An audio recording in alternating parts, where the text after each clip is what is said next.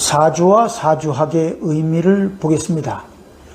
사주란 개인의 생년월일시를 천간과 지지로 표현해 놓은 네 기둥이고, 사주학은 사주와 행운을 기초로 음양과 오행의 상극합충을 살펴 개인 중심의 기륭화복을 도출해내는 학문입니다. 사주는 연월일시를 간지로 나타낸 네 기둥을 의미하므로 기둥주자를 써서 연주, 월주, 일주, 시주, 그리고 천간과 지지는 연간, 연지, 월간, 월지, 일간, 일지, 시간, 시지 등으로 부르지만 8글자로 구성되므로 팔자라고도 부릅니다. 그러나 사주를 간명할 때는 사주 원국 외에도 지지가 품고 있는 지장간과 10년을 맞이로 흐르는 대운이 필수적입니다. 사주에는 지장간도 포함됩니다. 세간에서는 사주 원국과 대운만을 표기하고 사주를 분석하는 것이 일반적이지만, 이는 지장간의 중요성이 간과된 습관입니다.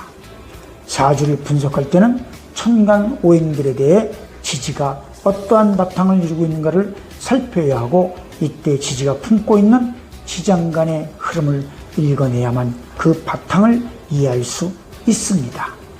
따라서 천간 네 오행의 배열 흐름과 지장간 배열 흐름과의 유기성이 어떻게 구성되어 있는가를 살피는 것이 매우 중요합니다. 사주에는 대운도 포함됩니다. 네 기둥으로 구성되어 있는 사주에서 천간은 양이고 지지는 음입니다.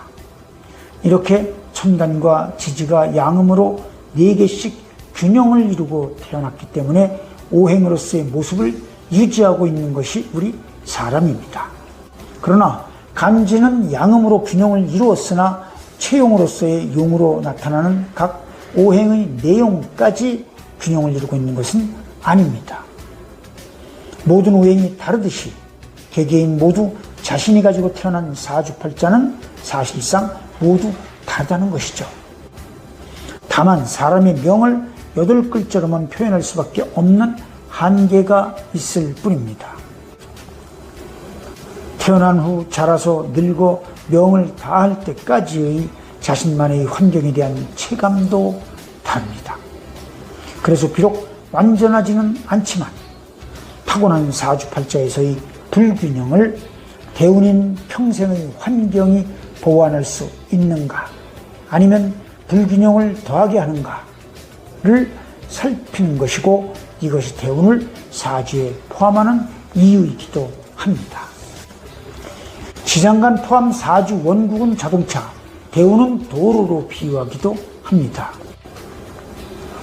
참고로 말씀드리자면, 명을 8글자로만 표현할 수밖에 없는 한계가 있다라고 했지만, 간지 8자와 지장간의 상호 작용력을 이해하기도 쉽지 않고, 여기에 대운의 간지와 지장간의 흐름을 원국과 조합을 해서 이해하기는 더욱 쉬운 일이 아닙니다.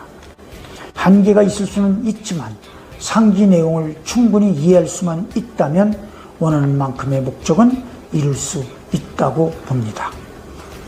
단 한순간도 쉼 없이 변화를 계속하고 있다라는 의미인 여기라는 글자의 의미가 말해주듯, 개인의 욕심에 이용될 수 있는 사행적인 이름들은 음양오행의 흐름을 이해하는 데 장애만 될 뿐 도움이 되지 않습니다. 몇 년을 공부했는데도 하나도 모르겠다라는 말을 하는 사람들이 흔하게 보이는 이유입니다.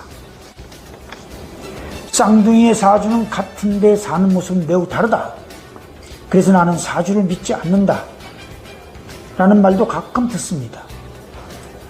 2시간의 한계는 지금 연구 중이고 진척은 있지만 아직 정론을 보지 못한 것이 사실입니다. 분명한 것은 사람의 태어남은 태양과 지구 간의 한 시점인 일직선이기 때문에 누구든 같은 사주, 같은 운명은 있을 수가 없습니다. 학문은 하나하나 깨달아가는 것이지 완전한 것은 없다고 봅니다. 아무리 세계적으로 유명한 우주과학자라 하더라도 우주를 다 알고 있을 수는 없지 않겠습니까?